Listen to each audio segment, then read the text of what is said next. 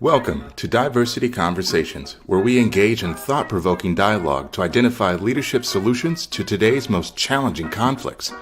Streamed live each week, Saturday 9:30 a.m. to 11 a.m. Hosted by Diversity, Equity, and Inclusion Strategist and CEOs Eric Ellis and Tommy Lewis. Join us and add your voice to this engaging diversity conversation. Good morning, Greater Cincinnati, Northern Kentucky, the United States, and the world. My name is Eric Ellis, and I'm the president and CEO of Integrity Development Corporation. And I'm joined this morning by my good friend and brother, Tommy Lewis, president and CEO of Make It Plain Consulting. Good morning, Eric. What's up, Tommy? Hey, nothing much. It's great to be here this morning. The low score. I think he shot a 37. Yes. Yeah. Oh, my goodness. It was phenomenal. I was just out there watching him give clinics. People were watching him from the streets like, bruh, how can I golf like you? I finally put it together, Eric, and thank you and your brother Wendell for being there, supporting. It made my week. Right. I'll tell you that right now. Oh, man. I gave him that card. I said, look, laminate this. Because in golf, it's a lot of downs, and then you get some ups. Yep. And when you put it together like you did, to be good at golf, you got to be smart, athletic. You got to be able to have a strong mind. I mean, it's just a difficult game. And to be able to put together the kind of round, and you had one bad hole. Yeah. So his round was actually better than that, so congratulations. Thank you very much. It's been a great week, Eric. Okay. Great week. I'll jump into it real quick. My week has been great for a number of reasons very quickly. One, I had a great golf game on the weekend, and that high energy took me through the week. Wow. So sometimes it's those small things over the weekends, Eric, that really motivate us, inspire us to keep us going through hump day, Wednesday, and coast into the weekend. Right. And I was able to double click on the good feeling of a good round to deal with sometimes difficult clients. That's right. And I'll tell you, it's a powerful thing to be playing with people that are pulling for you. Do not find yourself spending all your free time with people that don't like you or can't celebrate your victories. We were thrilled to be able to celebrate the phenomenal game that you were having. Thank you. Just want to give a quick shout out to my client out in Colorado. We have experienced a couple of bumps on the road because of individuals who may be misinformed about the work that we do in diversity, equity, and inclusion, belonging, accessibility, and justice. At the end of the day, with this school district, our goal and objective is to take care of our little ones, our kiddos, our students. And the byproduct of that is families, community members, etc. And so sometimes people who may be in their echo chamber and may be ill-informed may speak ill about the work, for one. And then secondly, they don't know the collateral damage that they may create when young people are simply showing up in their own identity and grown folks, adults, shame them or blame them for being who they are. So I want to shout out my client in Colorado that we're going to keep the good fight. Tommy, I'm glad to hear you say that, and I'm going to want to pick your brain too. I've got a new client and I'm going to tell you all, this work is getting increasingly difficult to do because the things that used to be true are slipping away from us. I've got a school district that has some problems with their students. N-word is being thrown around. The parents are very resistant to DEI or any of that kind of training. So what do you do when you've got parents that are up in arms if you try to do something, but you have a student population that's now disrespecting each other? And you've got a staff population that's resistant as well. And so it's just a lot of challenges, man. And I'd like to pick your brain around it because, I'm not always eager to jump into those things, man. Right. It's like I got other stuff I could do. If y'all want to have a political fight, food fight, good luck with that. May the best man, woman, whatever win. This week for me, Tommy, was an exciting week. I had a chance to go to Cedar Falls, Iowa, and speak at the Opportunity Summit there as one of their keynote speakers. Just love being out there telling stories. They had asked me about my music, and so I've done a couple of music videos with songs that I've written, and so I also went around the city and just saw some of the museums and things like that, and added some pictures from Cedar Falls, Iowa, into the presentation. And so I'm just grateful, when you have a chance to do something that people see as impactful to them, Tommy. We're blessed to be in the business that we are. Today, we have a number of amazing guests, and we are excited to bring to the stage some of our friends to talk about a few topics. Certainly, we want to follow through with the significance of women in leadership and the importance of supporting women in general in leadership. But then specifically, we're going to also talk about Black women in leadership and maybe Vice President Kamala Harris. And we're going to talk about the significance of this election. So there are a number of things that we want to touch upon. We are glad that these leaders have agreed to join us in this conversation. I'd like to bring up some ground rules that will govern our conversation. Community, we certainly are going to ask you to continue to weigh in. If you've got questions, thoughts, perspectives, we're going to invite you to share those as well. We've got just a couple of ground rules that will govern our conversation. Number one, we respect each person's opinion. Everybody has the right to think what they think. Tommy, number two. Yeah, each person does have their own perspective, and our individual perspectives matter.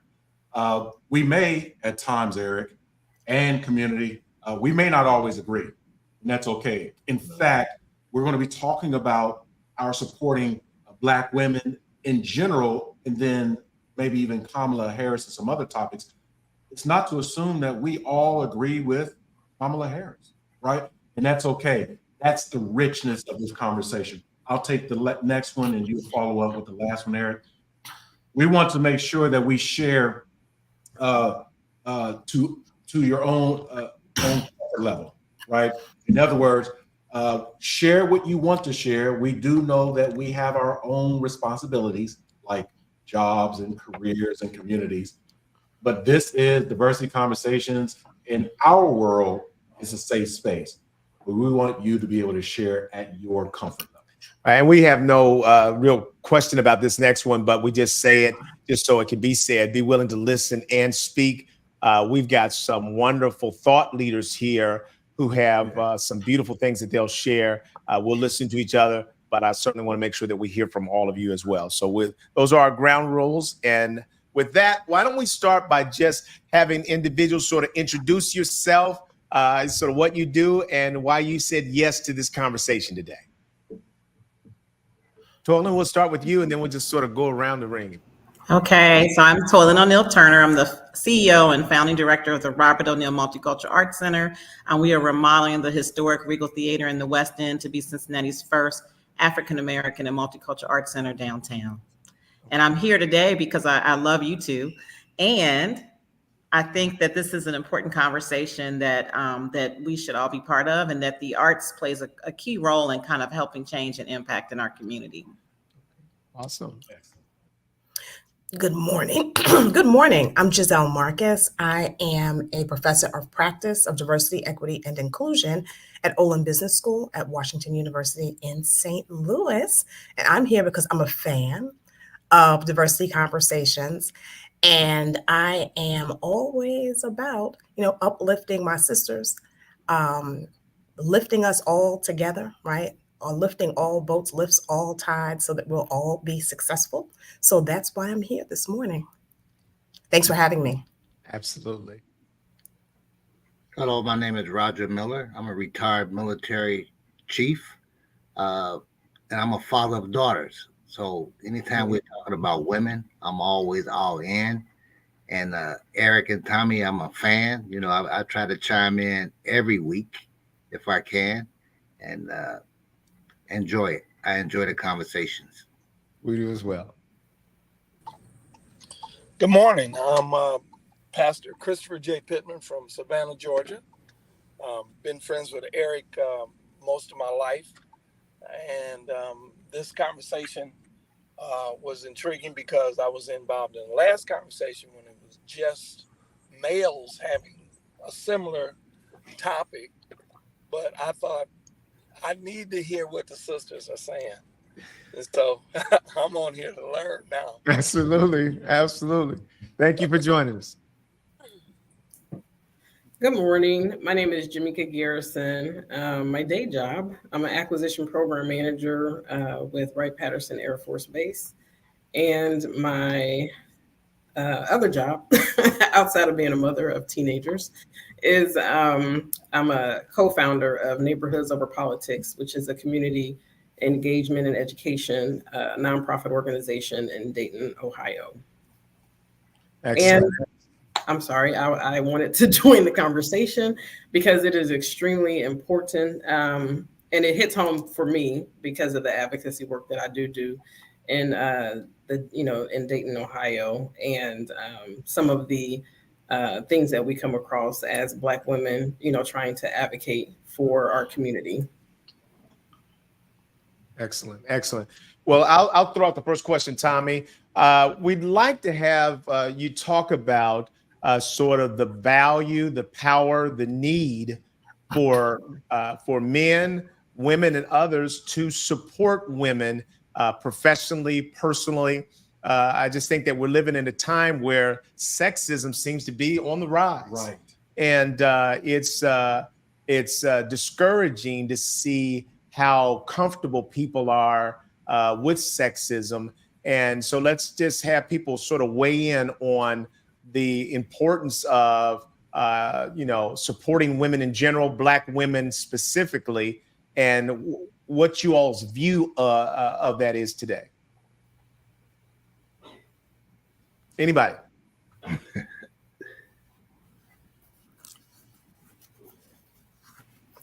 I don't mind starting. No, go ahead. Go ahead. I know y'all jumping into bit like, no, I got this. Go for it. I'm just going to give hopefully a quick example and go ahead, put a signal up if I'm going too long. I changed careers 3 years ago. I went from human resources to the federal government, actually as an intern. So I don't mind putting my age out there, but imagine someone changing their career at the age of 41. And when I started into my new office, one of the things that really made me feel at home was getting on a Teams call. And we can't necessarily see each other, but I think because of my name, Jamaica, people kind of probably knew, she's Black. Just the stereotype that kind of goes with, some of our naming. And one of the brothers, and I knew he was a brother, he was so excited. He was so excited to welcome me. I will say he's a Cincinnatian, and he's a contractor, another program manager. But he was so the way that he welcomed me on that call was kind of like, oh, I know she bad and she about to kick butt. And so it really just gave me a different level of confidence for somebody who didn't know me, a brother who, not only welcomed me, but even throughout my 18 months on that program, over and above, just had my back. And there was a situation that I had with a older white male that was contentious on one of the calls because he had a problem with me, but he didn't want to really say he had a problem with me. A lot of people sometimes have a problem with your spirit, especially when they know that you got the spirit of God within you. And let me just say that, my brother, I knew he checked him. I knew he checked him, along with some additional other white, gentlemen. A lot of people did. They said, you were wrong the way that you talked to Jamaica, the way that you treated her. You were disrespectful, and you really owe her an apology. And they did a lot of this behind the scenes, didn't have to really tell me, but I knew who did what, when, and how. And, they didn't hesitate. And the brother in particular didn't hesitate to just let him know. And mind you, I'm new, 18 months. They've worked with each other for years before I got there, but wrong is wrong. And just having people to do that really helped me to be able to really just let my guard down, because that's one of the reasons I know that I'm more assertive and passionate when I'm in the room, because if I don't have anyone there to defend me or to have my back, then I got to make sure that they understand and they know, hey, I'm here, I have something to say, and what I have to say is of value. So that was just one critical thing for me coming into the government, and really having people like that who really didn't know me, but knew wrong is wrong, right is right. And I'm really going to support this sister because this is my sister and she about to do some great things. And me and him have been in contact and communication. He follows my career and has been doing it ever since. Excellent. To that, I would add that it's important to support us in the workplace because it can just be a very lonely place. Oftentimes, when you are the only one, and then when you have the intersectionality of being a woman and being an African American woman, there are stigmatisms that go along with that. And what I have found, similar to what Jamika was sharing, it's all about the allyship. And oftentimes it's also about the meeting before the meeting. And I had a situation at work once where I was at a crossroads in regard to a DEI issue that I was supporting. And again, you're the only one with the voice in the room. And what was amazing about it, another woman, Caucasian woman, the issue was going to a vote. And she came in the room, she whisked by me, whispered in my ear. She said, I am actually going to share something to promote the work that you're doing.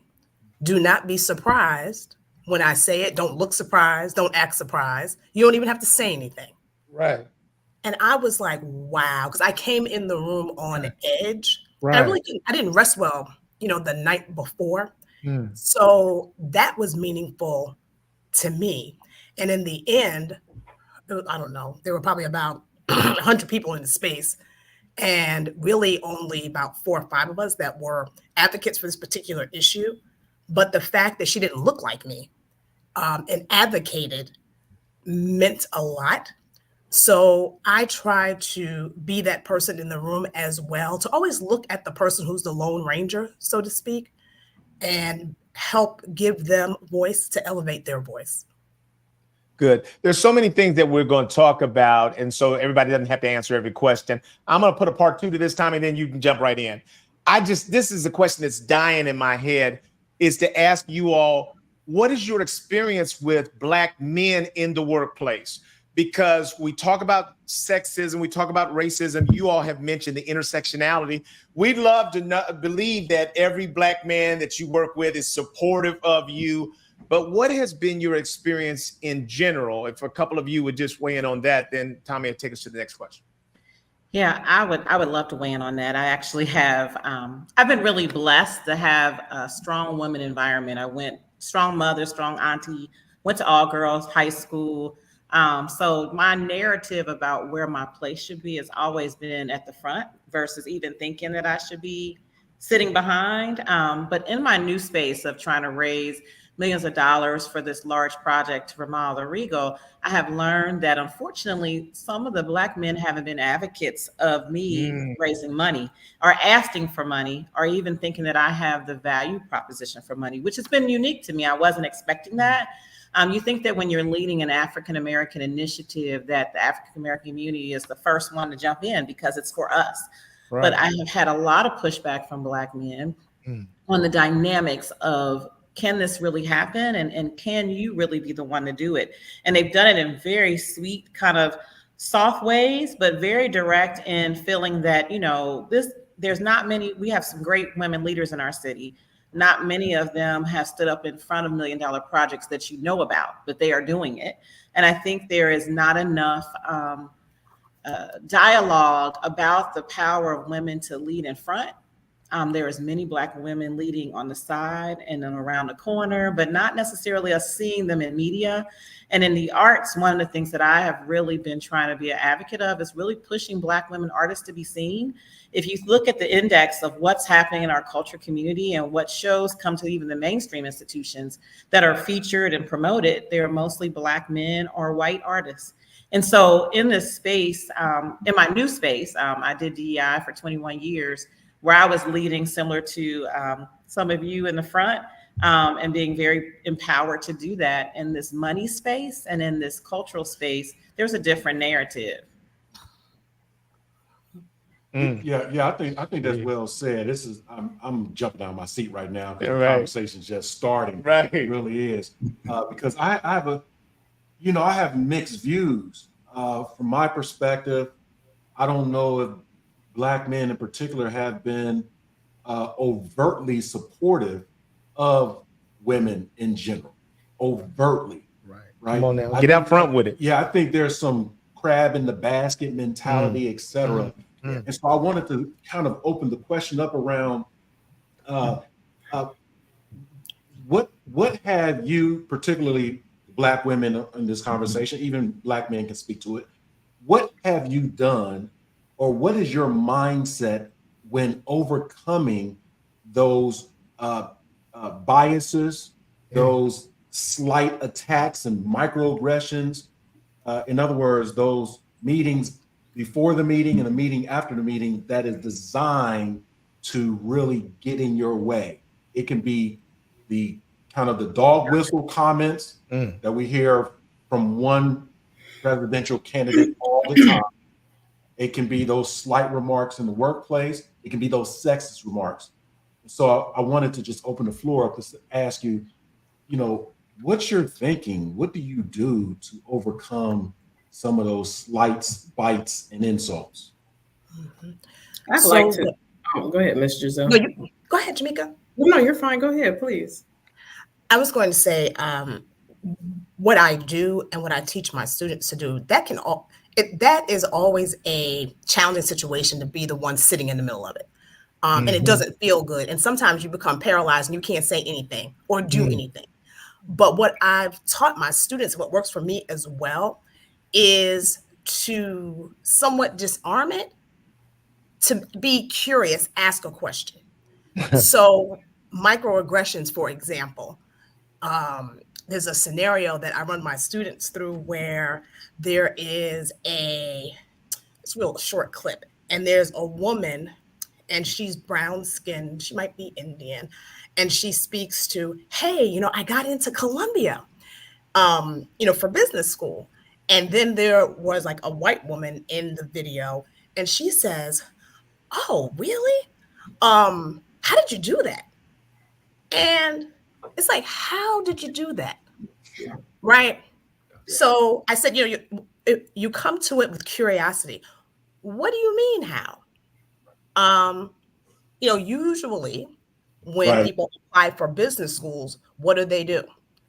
They take a standardized exam. Right. Not an application. They talk about their leadership qualities. They talk about, their work in the community. So, I'm not really understanding your question, so to speak. So when you come at it with a question of curiosity, it can be somewhat disarming to the other person, right? So that you're not making it an attack, so to speak. But that's the way that I have found comfort in being able to speak to it in the moment, versus just jumping out of your skin. Right. So, again, the organization, the nonprofit, I think we've been in existence since 2016. Woosah. So I've seen the support on both. We have garnered, and we do continue to have the support of Black men in our community, but we also equally have disparaging encounters with Black men who are intimidated by knowledgeable, intelligent, and experienced Black women. And I still to this day don't understand it, because I always promote, Tommy, you know me, you've known me since undergrad. We're better together. We are so much better together. So when we started our nonprofit organization, we had 2 known Black males come to us and say, well, why are you guys starting another organization that's similar to this organization over here. And I said, well, there could be a lot of similar organizations, but the difference is impact, the difference is action, and the difference is accountability. So that's what we want to focus on. We might sound like this organization, but what we're planning to do is very tailored and very specific to disenfranchised neighborhoods in the Dayton region that are continuously getting ignored year after year, decade after decade. And so they question our motives. You know, why are you doing this? As opposed to how can we come alongside and help? Do you need us to be a part of your board? What can we do? In addition, they said, well, we think that you guys are doing this because, you know, you plan to run for office, you know, and that's the only reason why you're doing this. I said, you know, well, let's be clear. Born and raised in Dayton, Ohio. I know when I was a teenager, the impact, and we were the gym city. I mean, we were booming when I was a teenager. The youth was booming, education, jobs, economic development. So because I've lived it, it's easy for me to be passionate and to advocate for it because it wasn't that long ago. And the fact that you have allowed these leaders to take us down this road and act like, oh, it took 30 years to do that. Racism did this, redlining did this. BS. I call BS because it can be fixed just as much as it went downhill, just as fast as it went downhill. And so, and let me say this, what we did say is that we want to work with our leaders. However, if the leaders don't want to work with us, we can also replace them. Let's be clear. Right. So that's been our initiative. One of our co-founders currently is now City of Dayton Commissioner. And we continue to advocate for people to run for office because that's not necessarily our motive. Our motive is to really show people that we have to keep ourselves accountable for what's going on in our community and on our block and in our household. But we also have to hold public servants accountable because at the end of the day, they work for us. They work for us. Right. And so that's just been the pushback. I mean, I've even had men get in my face and other men just calm down. But you continue to invite this disgruntled brother to the neighborhoods because of an organization that he is not even really registered with, and he's really defaming their name. But you continue to invite him knowing he's contentious and he causes conflict, and no brother checked him when he got in my face. Now don't get it twisted. Right. I can handle, but Right. So we are confident. Oh, sorry. Yeah, no, go right ahead. One quick thing.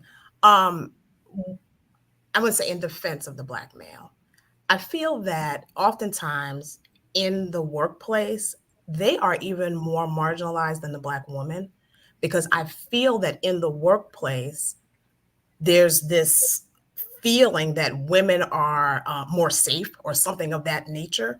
And I feel that the Black man becomes more so under attack in the workplace. So I would say, I think the Black man also needs the covering of us, you know, when they're in the room, for us to advocate for them, and then for us to pull their coattail when they behave in a manner that seems contrary to how they should behave. Right. So I don't want to put it all on the Black male, because I feel from a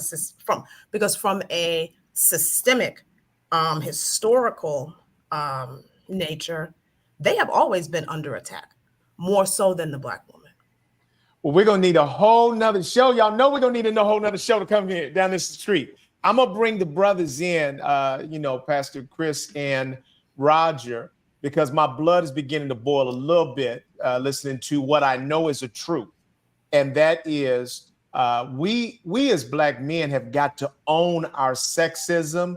We got to own our willingness to stand by. We have to own our envy and jealousy. It doesn't really matter what I'm experiencing. There is no justification for me turning that against Black women in the workplace, professionally, any other way. But let's have Chris and Roger sort of join in with your perspective. Well, I'll say as a Black man and as a father of daughters, one of the main things you want to do is encourage them to to be professionals, to be smart in what they do in their daily lives, and to grow up to be good citizens. Uh, I'm a proud father. Okay, my girls have shown me that I've done the right thing, that I've been a positive role model in their lives. That it is important to have a father in the house. It is important to sit them down and uh, my thing was always say, look, stuff have to make sense. If someone asks you a question and you don't understand it, make them give you an answer that is understandable. Don't just take it as it's correct. That's right. That they're right, because everyone is not right. Uh, Right. uh, and as a black man and as a proud black man, I've served in the military, and I've been that guy who had to help the black man, the younger black guys, and the black woman, and to nurture her and to let her know that I got your back. Because I was taught early that once you learn the system, you make it work for you. And I took the time to learn the system so I could make it work for anyone who looked like me. Amen. I'm going to pass it on, and you pass it on, and you pass it on, and you pass it on, because in order to be successful in this particular environment, we have to pass on the knowledge that we've gained and over the years. Thank you. Pastor Chris. Oh, he may be occupied. Well, I'll say this. I'm just technology slow. Oh, okay. I couldn't find the mic button. No, my experience with that. As a matter of fact, I'm sitting at the table right now with two women that are, power players in the sense they know how to get things done. One of them, is a fundraiser, and the other one is just a go-getter and a starter. Does nursing at school, but then every project we have that she gets involved in is excellent. And so, from my experience, it's really just recognizing gifts and not gender. When you recognize a gift, you should allow that gift to operate. It shouldn't be based on whether it's a male or female, black, white, Hispanic, whatever it is, because you stifle your own success when you don't recognize the gifts that God has placed before you. So I've had a good experience with that. Eric knows my family. I have strong women. Oh yeah, absolutely. You couldn't sit them down if you wanted to. No. But they are very respectful, submissive to their husbands. They stay biblical, but they don't hide. And so, and then they have strong enough men that don't feel like they need to hide. And so that's been my experience. I've had very good experience with relations. Now, I have seen the other thing in operation. I'm not going to say I've been blind to it. And it's sad when you see it that whatever it is, ego, masculinity, just plain bias, where they don't allow themselves to be blessed with what they have. So that's me. I'm mostly listening though and learning. Yes. Yeah, I'm hearing some things. Yeah, good word, Pastor. Good word.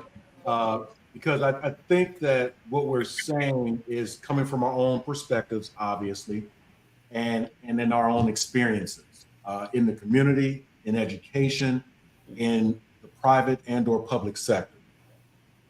But right now, we have a Black woman, a woman of color who is competing for the highest position in the land.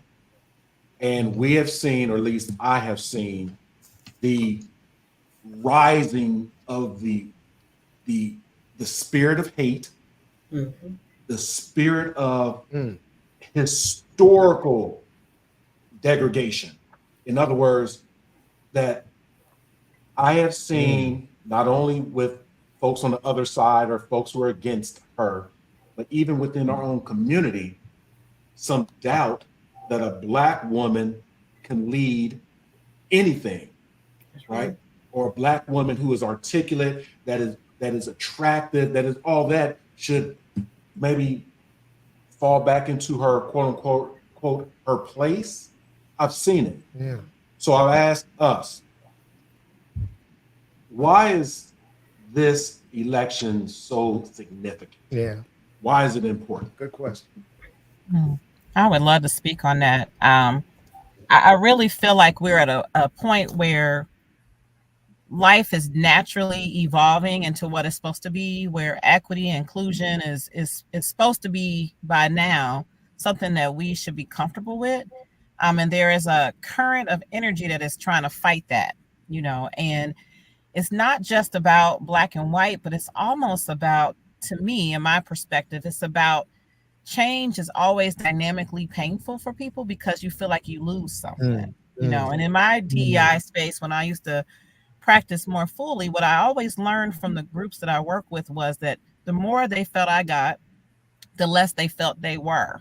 And I think for centuries, our Black men have been devalued in multiple ways, how they've been depicted in film and media and what things are accent about their failures. And so you have this space where the Black woman, even though the Black woman economically can be the poorest and can be sometimes the most, with healthcare, the most disparities, it seems as if Black women have already arrived. And truthfully, we still been struggling with our brothers. We still have been climbing with the brothers. And so there's this mentality, I think, of fighting this change because there is fear and dynamics around, if I let this happen, what's going to happen to me? And to me, that's in all realms of all the diversity dynamics. And I really feel like we have to get to a point of recognize we don't lose, we gain.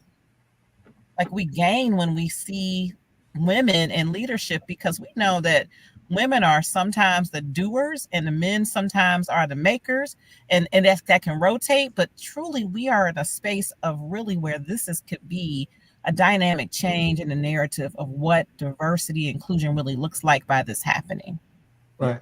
Let me offer this as a thought too. First of all, I want to apologize to you women on this call and those that are watching. I want to apologize for the residue of sexism that still exists in me.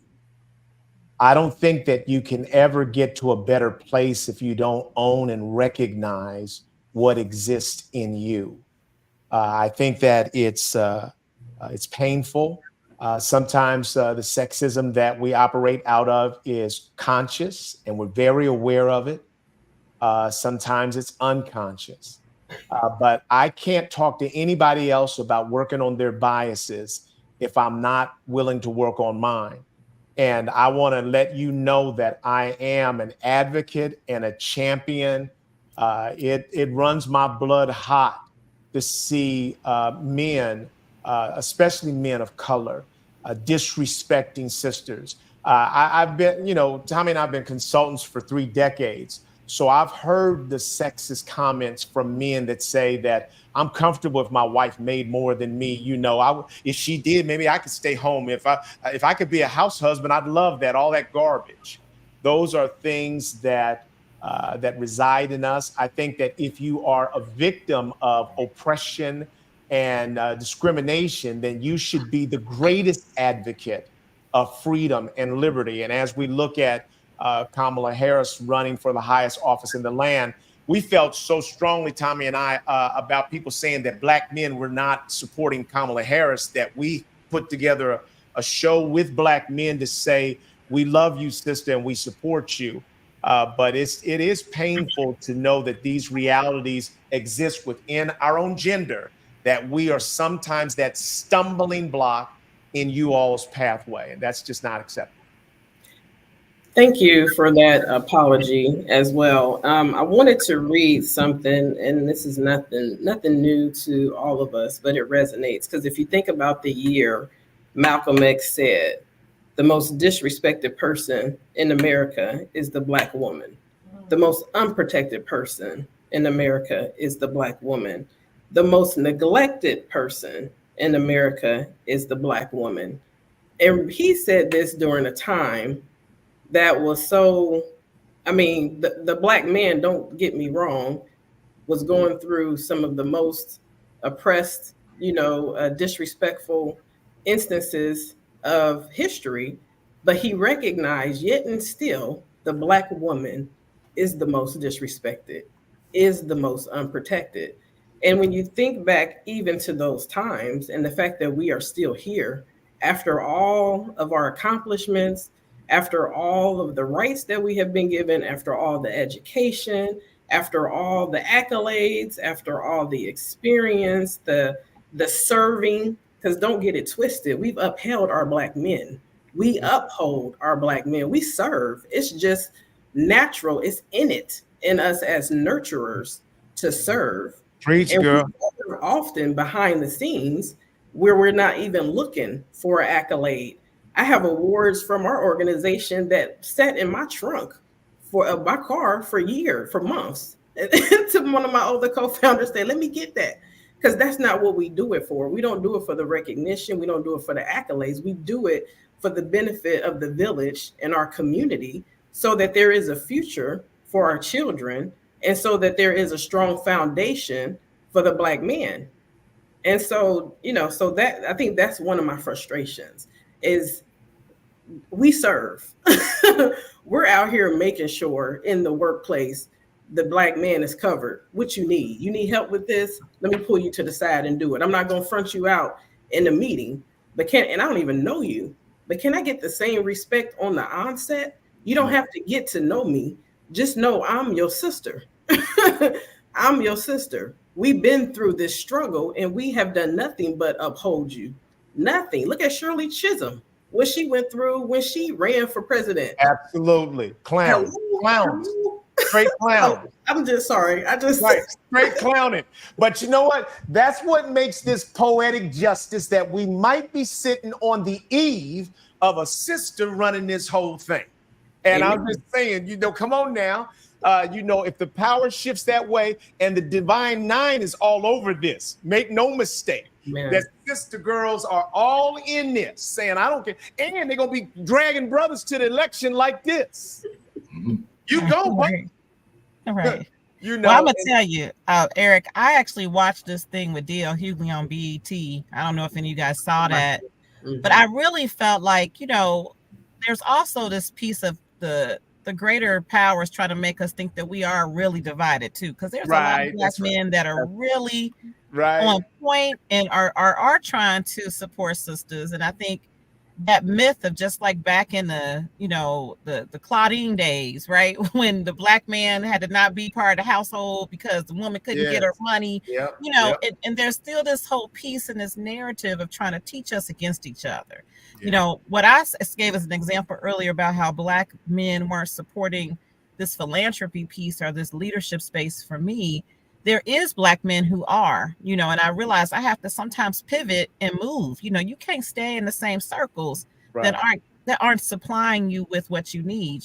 Growth in your job, your career sometimes mean you have to move and pivot and find new allies and bring new people to the table. So I think that we have to really build this understanding as Black women that part of our narrative is not to get stuck.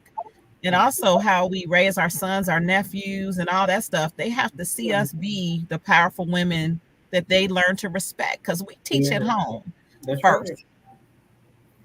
Yeah, we're in very unique times. Very unique. Just a quick snapshot.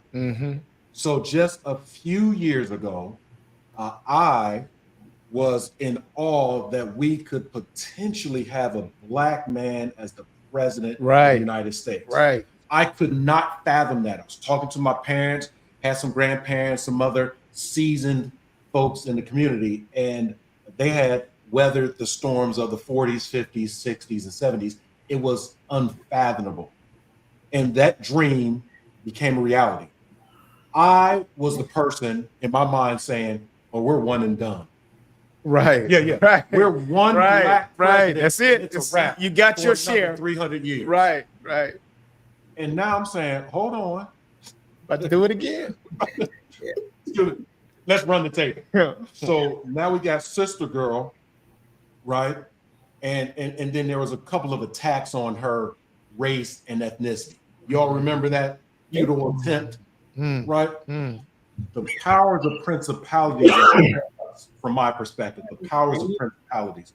We have the principalities of righteousness that we indeed, as a people, not just people of color, black people, as a people, will return to being kings and queens. There was a reality of our civilization that we were kings and queens. Amen. That was not a myth. That was not a fabrication of anything. That was a truth. And he, be it God, the Almighty, is our reminder of steadfastness. Amen. It offers up the example of what we are to become again. I believe Kamala Harris is an example. Not the chosen one, not the prophet, none of that. It's an example of what we have had and what we can be. Right. From that perspective, I know nothing but to support the future. Right. And I agree with her. We can't go back. Right. Right. We won't go back in that. So I'll jump off my soapbox because this conversation got me all fired. Right. Let me throw one other thing in there on the heels of this, and I'm going to announce that we are going overtime because I'm not just going to shut us off because we got a lot to say, I think, today. But I'll tell you one of the things that's been one of the most painful, cutting things to hear, and that's to hear the former president describe Kamala as dumb and ignorant, and it just flows right out of his mouth like it's nothing. Says it cuts for just a moment until I remember the debate. When I remember the debate and all the joy of watching her wax the floor with the former president, then I realize, and then when I see him decide that he's not going to debate her again, I wouldn't either. Yeah, he knew what time. If I was you. So, but the thing is to live in a world where someone can just viciously say that kind of thing, and it puts us all in the feeling of how some people may be viewing us. I'm believing, I'm hoping that she is going to be the victor this next week because Tommy and I were laughing at the fact that he's put himself in his own October surprise. I mean, literally put himself in his own headlock. He's twisting himself in knots, and hopefully that is sufficient. We're not exactly sure. I'll jump in real quick and throw it back to the audience in our conversation. Look, this other guy, I'm not even going to say his name, right? It's Halloween. We got a lot of pumpkins out there. So this guy has literally seen, Eric, with you and I and all the other brothers in this world, he's seen the power of a black woman. You do not truly want to cross a black woman. Ooh, I mean, not truly. Smart. Look, it's not smart, bro. The black woman is our first educator. That's right. Yet she births us. The black woman can hurt and harm if chosen to, simply by a look, simply by a turn of a hand, a turn of a head, simply by being present. The power of the womb of mind, woman, right? We deal with black women, and there's been times that, and I'm a grown man, Eric, I've run from some black women. I just don't want to smoke. Why? Right? My wife, I walk into certain rooms and, she's angry. I just moonwalk back out. I just put on my Michael Jackson, I moonwalk out. I don't want this smoke. Right. But then when you feel the strength and power of the support of a black woman, amen, who will have men like us run through walls, Absolutely. We were raised Absolutely. up. Come on, preacher. Anything. Come on now. Before our Come on civilization. now. Come on, Because that's what bro. we do. Come right? on. I'll get off of Come it. on now. I'm Come on now. excited and energized. I want to turn it back over to the sisters, right? And if you're off camera listening, sisters, chime in, right? You don't have to be on camera, but what are your thoughts? Toylin? Yeah, I have a double duty today, but I've been so honored to be on here with you guys this morning, to meet you beautiful women and men. And my parting comment is that, we just gonna do it, regardless of whatever happens on Tuesday, regardless of what blockages are, the gender gap. The reality is that nothing has stopped our culture as a community moving to the next level. We actually, the obstacles make us sometimes work harder, and we come out better. And I just think I'm in a very positive space that we are in a place where we can have these dialogues and we can see this change in our community. And I just look forward to after Tuesday, what we really gonna do? What is we gonna do? That's right. That's right. And how are we gonna keep and change this narrative of our gender gap? And how are we gonna keep uplifting our community as our task? Amen. And that's it. But I love this moment. I'm going to get off, but keep talking. I look forward to doing this again. Please invite me back. Oh, absolutely. We love you. Nice meeting you. Thank you. Excuse me. I'm going to have to say the same. I'm going to have to get off because I'm involved in 2 meetings at the same time. Right. But I haven't been paying attention to my other ones because this has been so enlightening. But I just want to say to Sister Garrison, that quote from Malcolm X, for me, I need to go look it up now. Because what you said about the Black woman being the least protected, the least respected, I mean, that to me, that is one of the major motivations that we need her to win. Because they took that power from us when we were in slavery. And then even in, like you said, the 60s and 70s, when they were, kicking us out the house and giving y'all free food and free housing, but we can't live there. That was all about taking the power from us to protect our women and provide for our women. And for me, this is an opportunity for Black men to say, okay, now we get the chance to put our women on top.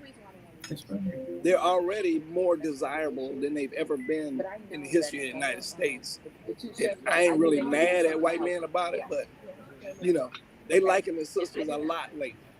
And so I'm just looking forward to seeing this. I believe she can win. I just don't trust the system, to be honest.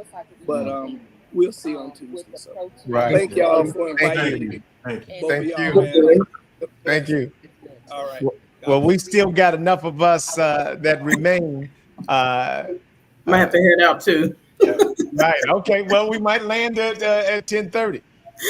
Here's what I'd like to do is I'd like to bring up something else that I prepared for you all that you may find of interest. If you've not seen it, you may have seen it.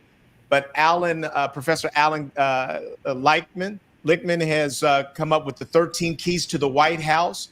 He's predicted correctly 9 out of 10, and he would say 10 out of 10 of the last presidents of the United States. And his prediction is that Kamala Harris will be the winner this year. And he's got these 13 keys to the White House. And if you have 5 or less that you're wrong on, then you will be the president. If you have 6 or more that go against you, then you will not be the president. And so the first one is that there's a party mandate. And so the answer is no, there is no party mandate because the Democrats would have had to win a greater share at the midterms, which they did not. Number 2 is party contest. Is there a contest for the presidency? And I think that's a no, is that there was no, that the Democrats averted that because she got unanimous support behind her. Incumbency, that one they did not get a win on that because Biden is not the person. Third party, they do get a win because JFK dropped out. So there's not a legitimate third party candidate. Short-term economy, They get a win on that because there is no current recession in the year that you're running. The long-term economy, they get a win on that because they've doubled sort of GNP end over end, year over year for the last 2 years. Policy change, they get a win there. Social unrest, they get a win there because there is no active social unrest. Scandal, even though they tried to throw a lot of scandals on Biden, came away without any major scandals. His son, none of that counts. Foreign policy failure, they got a loss there because of what's happening in the Middle East. But foreign policy success, they got a win there because Biden alone pulled the world together to get behind Ukraine. Incumbent charisma, no, you'd have to be a person that is so, charismatic. FDR, Reagan, Ronald Reagan, those were presidents that were charismatic across the aisles. So they got a loss there, but challenger charisma, Trump doesn't have that. So 4 or less, that means that his prediction is scientifically that she wins. And he's looked at this over even before had created this. They went back and looked at all the presidents, and this formula seems to work. It predicted that Trump would be the president in 2016. The only one he lost was Gore, and he said, "I don't think I lost that one." So, so for what it's worth, any reaction to this 13 keys? He said he's gotten death threats as a result of this in ways that he's never received that kind of hatred and vitriol in the past. It gives me hope, I'll tell you that much. And the science of it is one thing, but like the brother said, the election may not be over when it's supposed to be over. And we still have this whole piece around the electoral votes. And I was reading in Rolling Stone that they were talking about that there's about like 70 of them, right, that are, kind of may dig their toes in the sand about not wanting to certify the election. Right. So while the science says one thing, it's a battle. There you go. Yeah, it's going to be a battle. And the thing is, the good news is that the other side is not sleeping. They're not going to be caught off guard. If you look at the Democratic ground game right now, it is the strongest of any. Because of AI, they now know every single person who is voted and every single person who is not. So they literally are sending people out door to door to drive people to vote. And so I think that we're going to see something amazing, and hold on to your hat if we don't. Because I think either way, I think that we're going to have a lot more stress and anxiety and tribulation in our country following this election. For sure. I just wanted to say before I go, to go back to the question about, I think you said something about when Donald Trump, called her dumb or what have you. In community work or even in the workplace, one thing that I do, and I'm sure Madam VP Harris does as well, I just want to add that my maiden name is Harris. Let me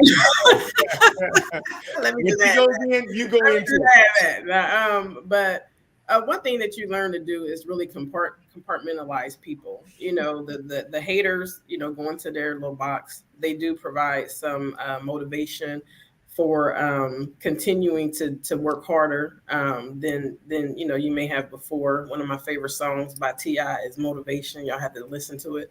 It's a good one.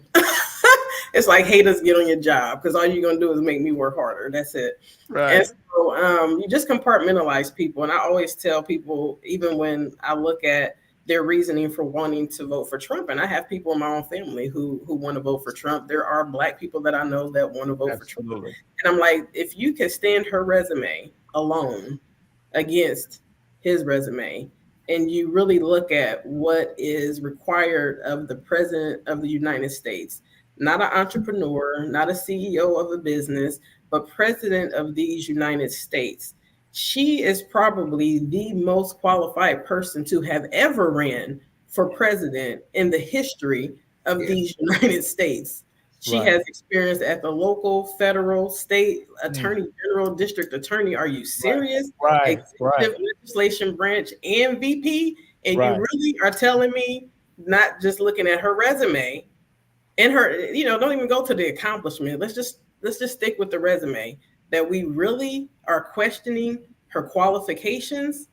So I just say, let the data speak for itself, because the data is there. Those who want the truth, it's available to you if you do your research.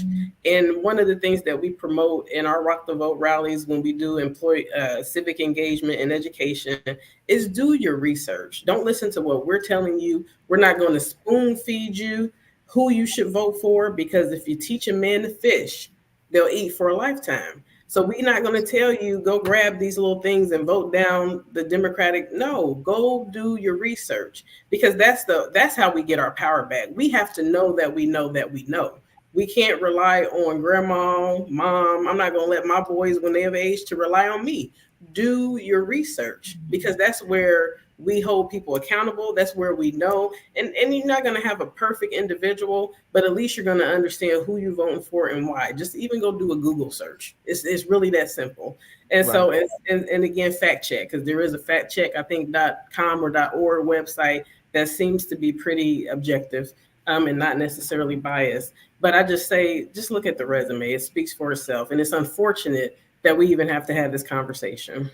Right. Let me add this before you leave and before we come to a close, actually, that I want to thank all of you for joining us today. I am grateful for you sisters that Tommy and I talk about this show as being a part of our legacy. In other words, that our children and our grandchildren and great-grandchildren will be able to look back and see what we thought and the people that we respected and valued enough to invite to be a part of this. My daughter right now is a bit discouraged about corporate America.